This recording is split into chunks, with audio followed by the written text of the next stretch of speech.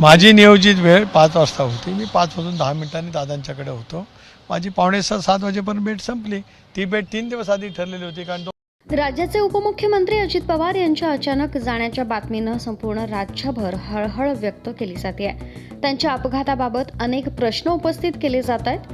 हा केवळ अपघात होता की यामागे काही घातपाताचा कट होता, असा संशय व्यक्त केला जातोय. दरम्यान आमदार रोहित पवार सातत्यानं नवे दावे आणि गौप्यस्फोट करत असल्याचं दिसून येतंय.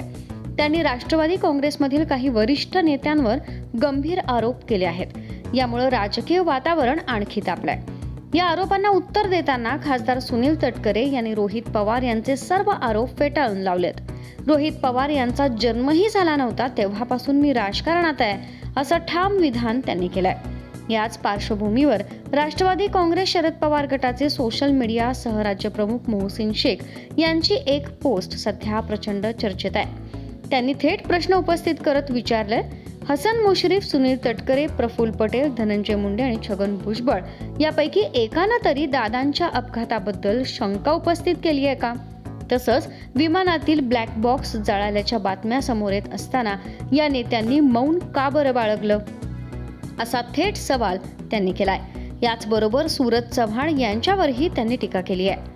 दर 3-4 तासांनी फोटो पोस्ट करून आठवण काढणारे, पण या प्रकरणावर एक शब्दही न बोलणारे, अशी टीका पोस्टमध्ये करण्यात आली आहे.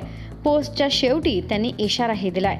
सुनील तटकरे, एक लक्षात ठेवा, तुमच्या राजकीय करिअरचा परफेक्ट कार्यक्रम रोहित पवारच लावणार आहेत. या सर्व आरोप प्रत्यारोपांमुळे राज्यातील राजकारणात मोठी खळबळ उडाली आहे. नेमकं सत्य काय, अपघात की घातपात, याची उत्तरं अद्याप समोर आलेली नाहीत.